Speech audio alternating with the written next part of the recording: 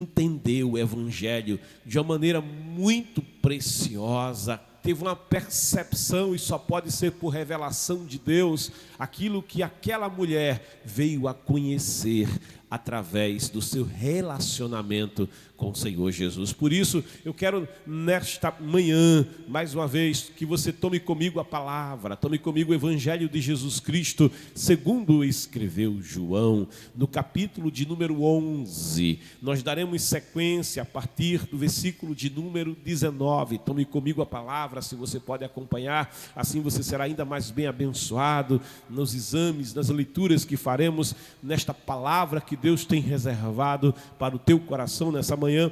Tome comigo a palavra, Evangelho de Jesus segundo João, capítulo de número 11, a partir do versículo 19 ao 27, assim nos diz a palavra de Deus: e muitos dentre os judeus tinham vindo juntar-se ao grupo de mulheres que procuravam confortar Marta e Maria pela morte do irmão. Assim que Marta ouviu que Jesus estava a caminho, saiu ao seu encontro. Maria, no entanto, ficou sentada em casa. Disse Marta a Jesus: Senhor, se estivesses aqui, meu irmão não teria morrido. Mas sei que mesmo agora, seja o que for que pedires a Deus, Ele te dará. Jesus então assegurou-lhe: o teu irmão ressuscitará. E Marta lhe disse: eu sei que ele vai ressuscitar na ressurreição do último dia. Esclareceu-lhe Jesus: eu sou a ressurreição e a vida. Aquele que crê em mim, mesmo que morra, viverá. E todo que vive e crê em mim não morrerá eternamente. Tu crês nisto? Ela lhe afirmou: Senhor, eu creio que tu és o Cristo, o Filho de Deus, que devia vir ao mundo. Querido, querida, a gente percebe que a temática nessa porção da história, dos textos que envolvem a família de Betânia em seu relacionamento com Jesus, especificamente aqui nós percebemos que a morte está sendo tematizada neste texto. A morte é a questão, a família está em luto.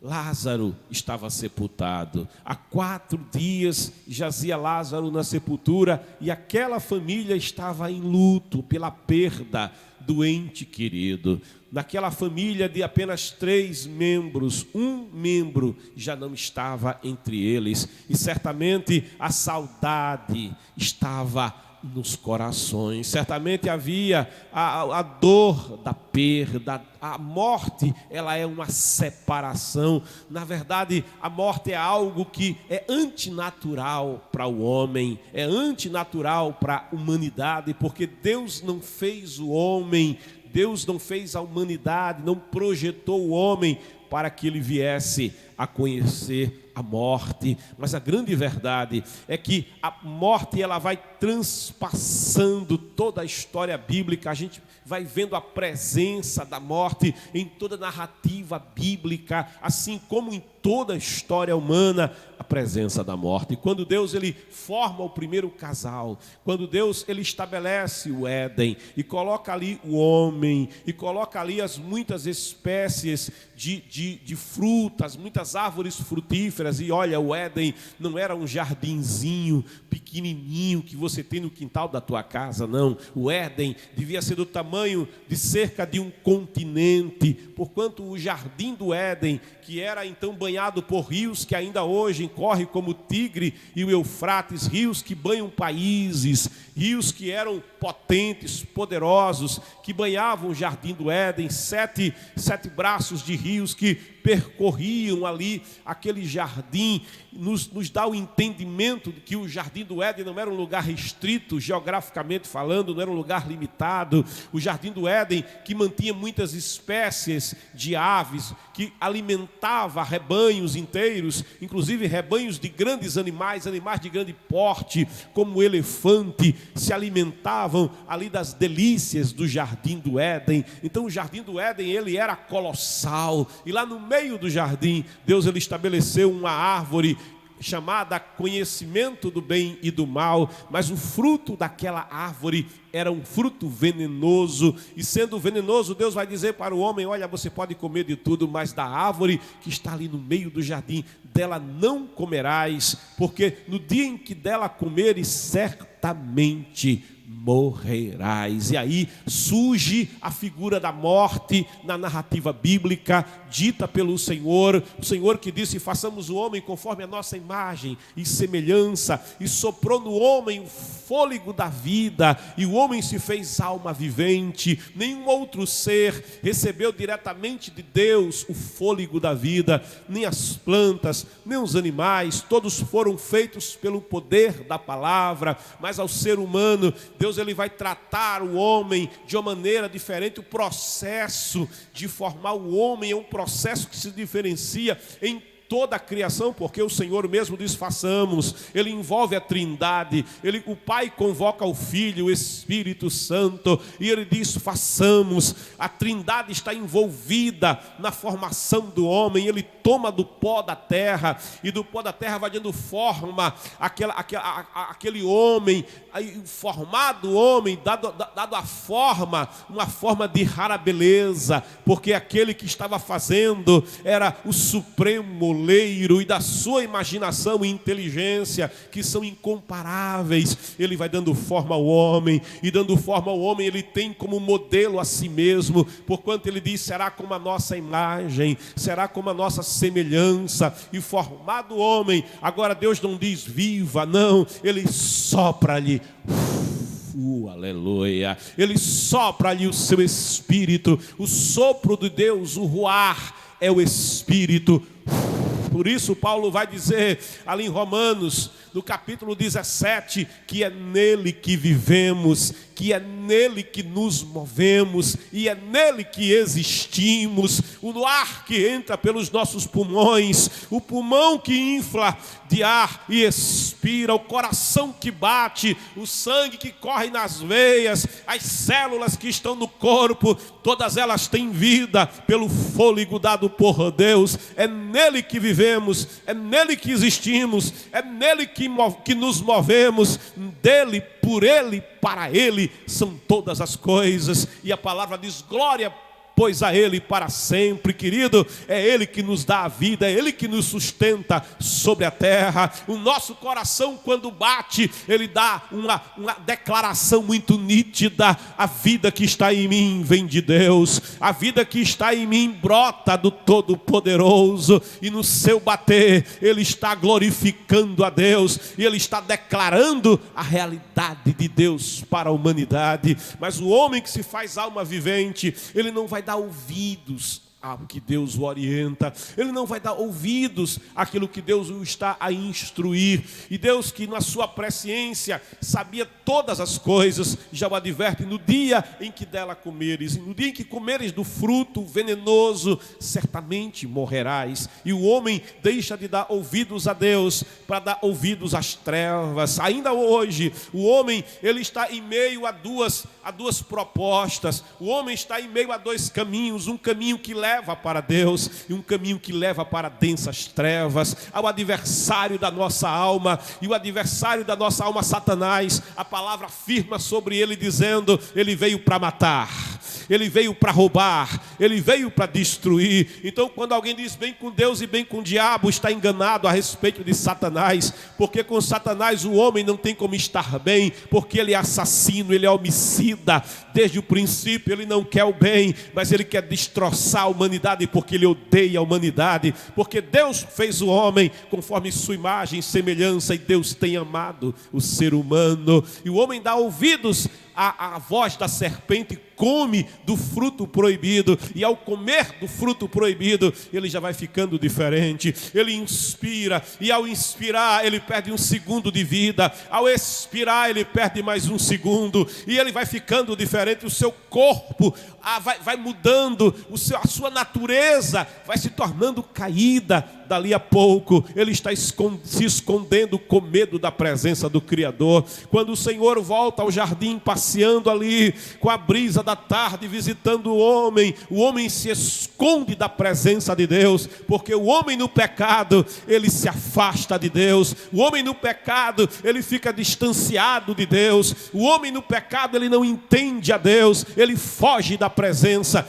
do Todo-Poderoso. E Deus, percebendo que o homem não estava onde devia estar, que o homem não estava onde ele o havia estabelecido, que o homem não era mais o mesmo homem, mas Deus, que nos amou e nos ama, ele não desiste de Adão, porque Adão caiu. Ainda que sejamos infiéis, a palavra diz, ele permanece fiel, ele não muda o seu amor, ele não muda a sua natureza, sabe? Ele sai em busca do homem, como o pastor que vai em busca da ovelha desgarrada, da ovelha que se perdeu no caminho, da ovelha que olhou o caminho que o pastor ia na frente com o rebanho e distraiu-se com outro caminho e disse, eu vou viver uma vida diferente fora do rebanho, fora do redil, eu vou conhecer o que está à esquerda, o que está à direita, e desviou-se do caminho. Há caminhos que parecem coisas boas, há caminhos que oferecem coisas boas, que enganam, mas o fim deles é o caminho da morte. A ovelha vai saindo, vai se desgarrando, daqui a pouco ela não consegue tornar, porque a ovelha perdida não consegue achar o caminho de volta, e o Senhor, ele vai em busca das ovelhas que se perderam no Éden, e ele começa a chamar pelo nome, porque ele nos conhece, ele nos deu a vida, ele conhece cada um de vocês pelo nome, ele sabe o teu endereço, ele sabe como é a tua casa, ele desenhou o teu rosto, ele deu forma à tua face, ele conhece o teu pensamento lá no coração, como diz o salmista, tu me sondas e conheces o meu coração, vê o que há dentro de mim, se há algum caminho mau. Ele sai procurando, e ele está procurando pessoas aqui que se perderam. Nessa manhã ele procura pessoas que se afastaram, e ele diz, Adão, Adão, escuta a voz de Deus chamando o teu nome. Adão, onde tu estás? Onde tu te metestes? E Adão, que estava escondido, diz, eu estou aqui, Senhor. Oh, que você possa nessa manhã também dizer, eu estou aqui, Senhor. Independente da situação e condição em que você esteja, mas que você possa declarar, eu estou aqui, Senhor. Eu vi aqui, Senhor. Eu ouvi a tua voz e eu temi. Eu ouvi a tua voz, eu tive medo. Eu tive medo de ti. Por quê, Adão? Porque eu estou nu, Senhor. Ah, quem te falou que estavas nu? Ah, quem te falou que estavas despido? Eu te vesti com a minha glória, eu te vesti com a eternidade, eu te vesti com uma natureza tão especial, Adão. É, Senhor, mas é que eu comi do fruto venenoso, e aquele homem que antes iria viver para sempre, agora é dito para ele, tu és pó, e ao pó tu vais tornar. Mas Deus, que não desiste do homem, também lhe faz uma promessa. Olhando para a mulher, ele diz, da tua semente eu vou levantar um descendente que vai pisar a cabeça da serpente, e esta vai lhe ferir o calcanhar. Deus está dizendo para a morte, que a morte não dará a última palavra. Deus está dizendo para Satanás, para o adversário, que ele não dará a última palavra. E mais ainda, ele está dizendo, eu não desisto do que caiu, eu não desisto do que se quebrou, eu não desisto do que rachou. Aliás, ele diz em Jeremias 18 para Israel, uma nação que tinha se desgarrado, uma nação que tinha caído, uma nação que tinha se quebrado espiritualmente. Ele diz, como barro na mão do oleiro, assim sois vós na minha mão, ó casa de Israel, eu vou te fazer de novo. E o Deus que tem poder para fazer de novo, para pegar os cacos e dar vida outra vez, ele não desiste do homem, mas ele tem preparado uma porta de escape escape. A palavra nos fala que quando João vê Jesus Cristo passando, ele não vê um carpinteiro, mas aponta o dedo de profeta e diz: eis aí o Cordeiro de Deus, que tira o pecado do mundo, o pecado cujo salário é a morte. Ele é o Cordeiro, diz Pedro, e é revelado por João lá no Apocalipse, morto, já é desde antes da fundação do mundo, porque mesmo antes que Deus fundasse os céus e terra, ele na sua presciência, ele sabia que o homem cairia, que o homem seria vitimado pelo pecado e pelo pecado a morte, mas não desistindo do homem, ele providencia salvação para o homem. Querido, querida, a morte se faz presente já no começo da história. Dali a um tempo, alguém resolve andar com Deus, e esse alguém é Enoque. E andando Enoque com Deus, ele ficou tão parecido com Deus, mesmo tendo a natureza caída. Mas quando o homem tem uma natureza caída e resolve andar com Deus, ele é impactado por essa amizade, assim como Marta, Maria e Lázaro foram impactados pela amizade de Jesus. E ele ficou tão diferente, porque quem se aproxima de Deus é transformado por essa proximidade com a sua glória. E é dito em uma narrativa genealógica que diz: e nasceu e morreu. E porque a Bíblia não é um livro de fábulas, não. Quando a Bíblia fala de genealogia, está falando de gente real, gente que teve filhos, gente que viveu neste mundo, gente que casou, gente que formou família. E é dito naquela narrativa, naquela sequência genealógica, que quando se fala deste homem, não se diz e ele morreu, porque a todos os seus antepassados é dito: nasceu, viveu tantos anos, teve filhos e morreu. Mas deste homem é dito diferente: e andou Enoque com Deus, e andou Enoque com Deus, e Deus o tomou para si. E Enoque não vai morrer, a morte já vai ficando espantada, a morte já vai ficando impactada, porque ela já perdeu o primeiro. O tempo vai passar e o Senhor vai dizer: o meu espírito não vai insistir com o homem tanto tempo, porque toda a sua natureza, toda a sua imaginação é má. Mas ele vai viver 120 anos, e o homem agora já tem um horizonte de vida muito bem definido e muito bem estabelecido. Sabe, a humanidade, ela vai continuar na terra, mas a humanidade, rico, pobre, vai continuar conhecendo a morte, e o homem vai morrendo. Jó, ele escreve o seu livro, e no capítulo 14, provavelmente o livro de Jó é o primeiro livro escrito, e Jó vai dizer ali: olha, a esperança para a árvore cortada, cujo tronco na terra seca está a sua raiz, e ela morreu. A esperança para essa árvore, porque ao cheiro das águas brotará de novo, ao cheiro das águas viverá de novo, dará novos frutos e viverá. Mas ele diz: mas morto o homem não tem jeito, morto o homem não há esperança para o homem. Jó não tinha uma revelação completa de Deus, Deus não tinha ainda se revelado de maneira plena e total. A revelação de Deus na Bíblia, ela é progressiva. Sabe, no livro de Eclesiastes, o sábio Salomão, já tendo vivido bastante, ele vai dizer: nessa vida é tudo vaidade de vaidade. Aqui é tudo vaidade. O tempo passa, a vida passa, e ele se convence. Eu me convenci de uma coisa: aqui na vida é tudo vaidade. O salmista, ele vai dizer que o homem é como a flor, que de dia está tão bela, que exala perfume. A tarradinha, ela já perdeu o seu viço, a tarradinha, ela já perdeu o vigor, ela já perdeu suas forças. Mas sabe, tem um Deus que não desiste da florzinha, tem um Deus que não vai desistir do ser humano. Os séculos vão passar, e João vai escrever: e o verbo se fez carne, e a palavra, e o Logos se fez carne e habitou entre nós, e vimos a sua glória como a glória do unigênito do Pai, cheio de graça, cheio de verdade. É dito: ele veio para os que eram seus, a saber, Israel, e os seus não receberam, mas a todos quantos o receberam, deu-lhes o poder, deu-lhes o direito de serem feitos, de serem transformados, sabe, daquela natureza caída, daquela natureza mortal, de serem tirados da corrupção, de serem resgatados da queda. Deu-lhes o direito de serem feitos não mais filho de Adão, não mais filho de Eva, não mais filhos de uma natureza caída, mas filhos de Deus. Só Deus pode gerar filhos para si mesmo, os quais não nasceram da vontade do sangue, porque o sangue do homem está na queda não vai conseguir gerar, não vai conseguir produzir uma alma imortal, uma vida imortal. A genética tenta, a genética busca, mas a morte ainda continua dando a palavra final em relação ao sangue do homem, os quais não nasceram da vontade da carne, porque a carne, ela está caída. A vontade da carne, a disciplina da carne, a filosofia da carne, a religião da carne não gera vida.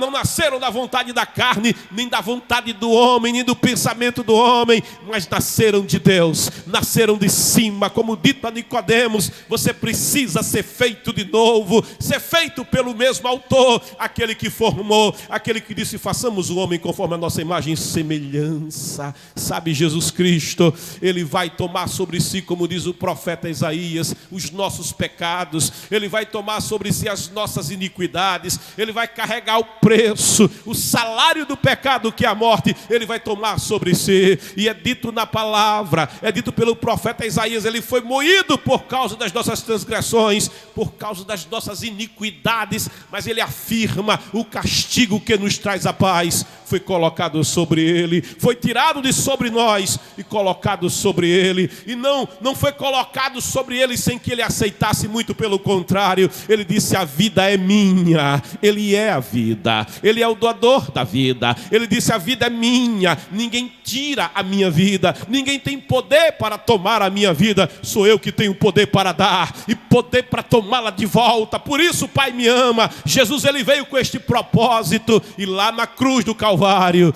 lá no Calvário, com as suas costas rasgadas pelo chicote, com a sua fronte sangrando, com os cravos lhe transpassando os 4 membros, como um cordeiro, ele está sendo crucificado, ele está sendo sacrificado, a sua pele foi esfolada, o seu sangue está vertendo, o seu sangue está descendo. A lei já declarava: sem derramamento de sangue não tem purificação de pecado. O sangue de touros, o sangue de cordeiros pode até cobrir o pecado, mas não resolve o problema. Agora o sangue de Jesus, é dito, se confessarmos os nossos pecados, como fez o homem da cruz: Senhor, lembra de mim quando entrares no teu reino. Se confessarmos os nossos pecados, ele é fiel, ainda que sejamos falhos, ele é fiel, ainda que sejamos imperfeitos, ele é perfeito, ele é fiel, ele é justo, oh aleluia, para nos perdoar os pecados. Ele é fiel, ele não muda, ele é justo, porque ele fez Jesus Cristo justiça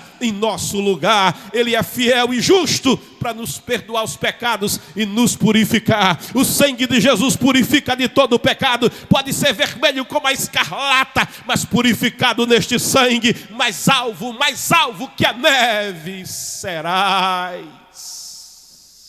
O salário do pecado é a morte, mas Jesus Cristo é a vida. Ele disse: vim para que tenham vida e a tenham em abundância. Por isso, ele vai declarar para Marta, ele vai dizer para Marta: o teu irmão ressuscitará.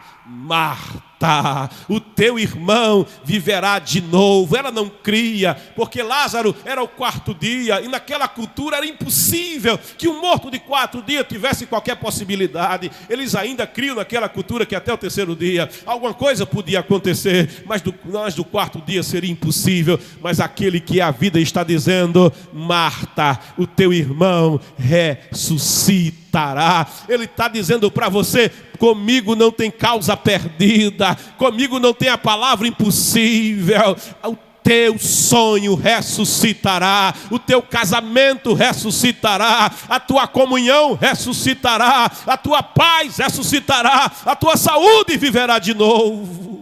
Teu irmão, Marta, ressuscitará. E Marta lhe disse: eu sei. E ela foi falar com ele de teologia. Eu sei que ele vai ressuscitar na ressurreição do último dia. Marta conhecia a teologia, mas é preciso conhecer a teologia, mas é preciso conhecer a Deus. Oh, aleluia. A teologia fala de Deus, a teologia discursa acerca de Deus, mas esse conhecimento só tem sentido se você conhecer o próprio Deus, se você tiver um relacionamento pessoal com o Senhor. Marta declara para ele, e o Senhor vai lhe esclarecer dizendo: eu sou Eu sou. Quem é que o Senhor é? A ressurreição e a vida. Eu sou aquele que faz viver de novo. Eu sou a própria vida. Aquele que crê em mim, mesmo que morra, viverá. Viverá. Que promessa que Jesus está declarando aqui. E tudo que vive e crê em mim não morrerá eternamente. E você crê nisso? A chave está aqui. Você tem fé nisso?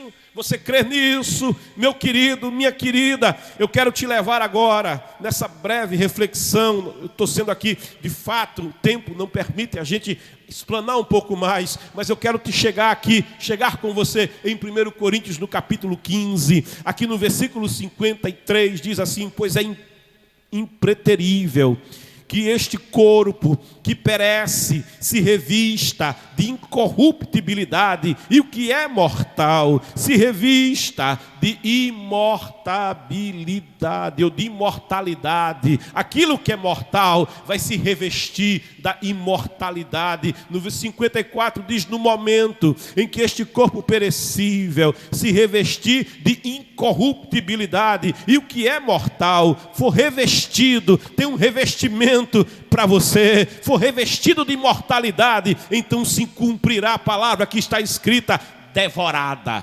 pois foi a morte pela vitória. Que vitória é essa? E aí Paulo vai perguntar: onde está, ó morte, a tua vitória? Onde está, ó morte, o teu aguilhão? Porquanto, diz o versículo 56, o aguilhão da morte é o pecado, e o poder do pecado é a lei. Contudo, diz o 57, graças a Deus que nos dá a vitória por intermédio de nosso Senhor e Salvador Jesus Cristo. É essa a vitória, é a vitória que Jesus conquistou para você lá na cruz do Calvário, quando ele disse: Pai, está consumado, Pai, está pago, tetelestai. Aquela escrita que diz Colossenses, a escrita que era contra nós, ele a tomou. Quando se perguntou na revelação de João, no capítulo 5 de Apocalipse, quem pode olhar para o livro? Ninguém podia. Quem pode chegar perto da escrita? Ninguém podia. Quem pode desatar os 7 selos? Ninguém podia. E João chorou, porque nem na terra, nem no céu, nem em canto nenhum se achou alguém que pudesse sequer olhar para o livro. Nenhuma criatura podia olhar, nenhum ser criado podia se aproximar do livro. Mas foi dito a João: não chore, João, não chore, João, a morte não vai dar a última palavra, mas o primeiro e o último, o princípio e o fim, aquele que é a ressurreição e a vida, o leão da tribo de Judá, aquele que venceu, aquele que prevaleceu, aquele que esteve morto e eis que ele vive. Ele tomou o livro, ele desatou os seus selos, ele colocou lá: tá pago, testeletai, tá pago, devorada foi a morte e o pecado na vitória. Oh, aleluia! Tem vida de Deus para você, tem esperança de Deus para você.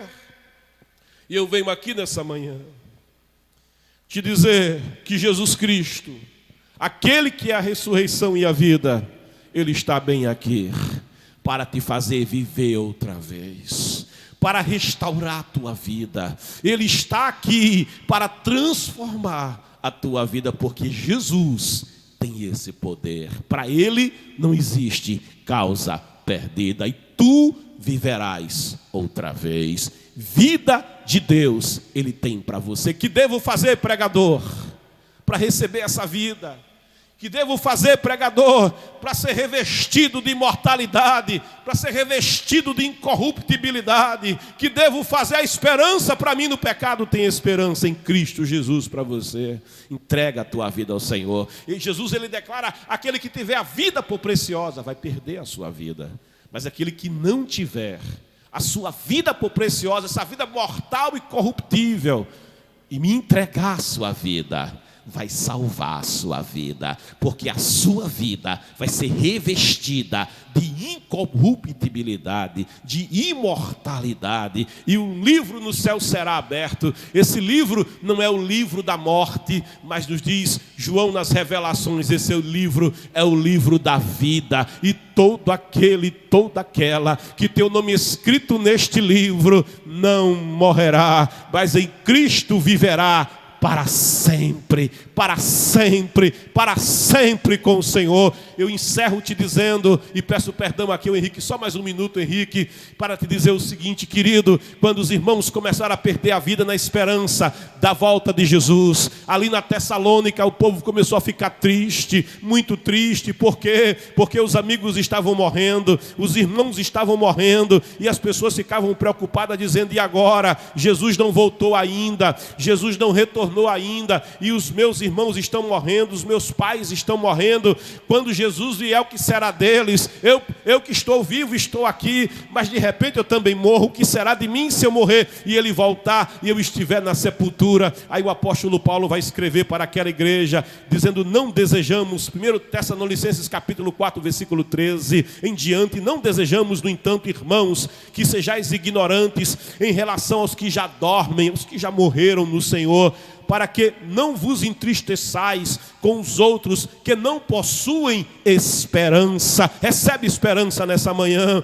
Diz o versículo 14, porque se cremos que Jesus morreu e ressuscitou, da mesma maneira devemos crer que Deus, por intermédio de Jesus, trará juntamente com ele os que nele faleceram. Eles não serão esquecidos, mas Jesus os trará consigo. Afirmamos a todos vós, pela palavra do Senhor, que nós, os que estivermos vivos, quando se der o retorno do Senhor, ele vai voltar. Oh, espera, porque ele voltará. Quando se der o retorno do Senhor, certamente não precederemos os que dormem nele, pois, dada a ordem com a voz do arcanjo e o ressoar da trombeta de Deus, o próprio Senhor descerá do céu, e os mortos em Cristo ressuscitarão primeiro. Logo em seguida, nós, os que estivermos vivos sobre a terra, seremos arrebatados com eles nas nuvens para o encontro com o Senhor nos ares, e assim estaremos com Cristo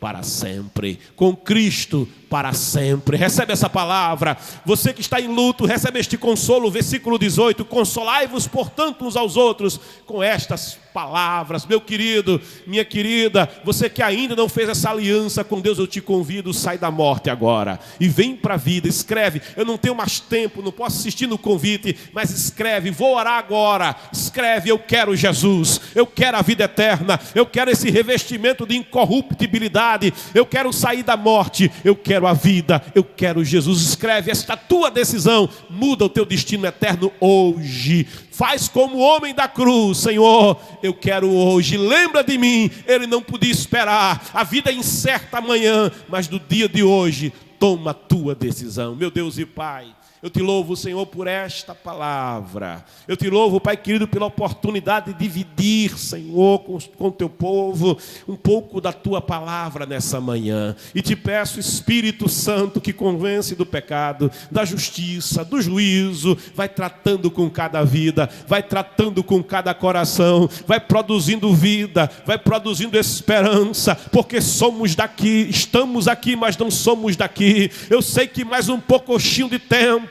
e o Senhor virá para nos levar, para estarmos para sempre com o Senhor. É verdade que aqui temos dores, temos lutas, temos aflições, mas temos a tua presença, temos a tua promessa, temos a vida eterna que não será, mas é na vida de todo aquele e aquela que já te confessa neste instante como Senhor e como Salvador. Pai, contempla o teu povo que ora comigo, aqueles, Senhor, que se colocam diante de ti, que te apresentam pedidos e causas, ó Senhor. Para ti não há impossível, basta uma palavra. No túmulo de Lázaro, o Senhor disse: Lázaro, bastou esta palavra, porque Lázaro já tinha acordado só em ouvir essa palavra. Lázaro, a morte não pode retê-lo, a morte não pode mais prendê-lo, porque o Senhor da vida estava chamando Lázaro. Aleluia. Eu te peço, Pai querido, nessa manhã, vai nas Betânias, ó Senhor, contempla, Senhor, aqueles que estão em luto, consola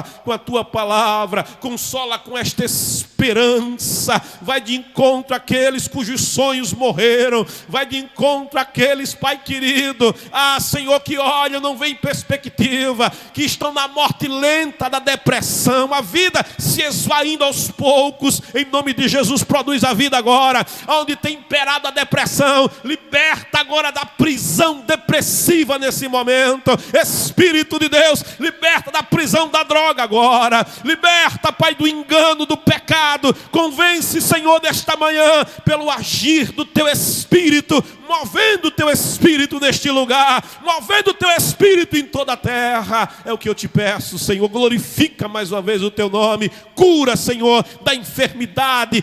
Abre porta de oportunidade e gera vida. Vida e vida em abundância no teu povo nesta hora. Em nome de Jesus, eu te peço, Pai, com o teu povo, e a ti rendo graças. Amém. E graças a Deus. Perdão, Aline, meu pastor.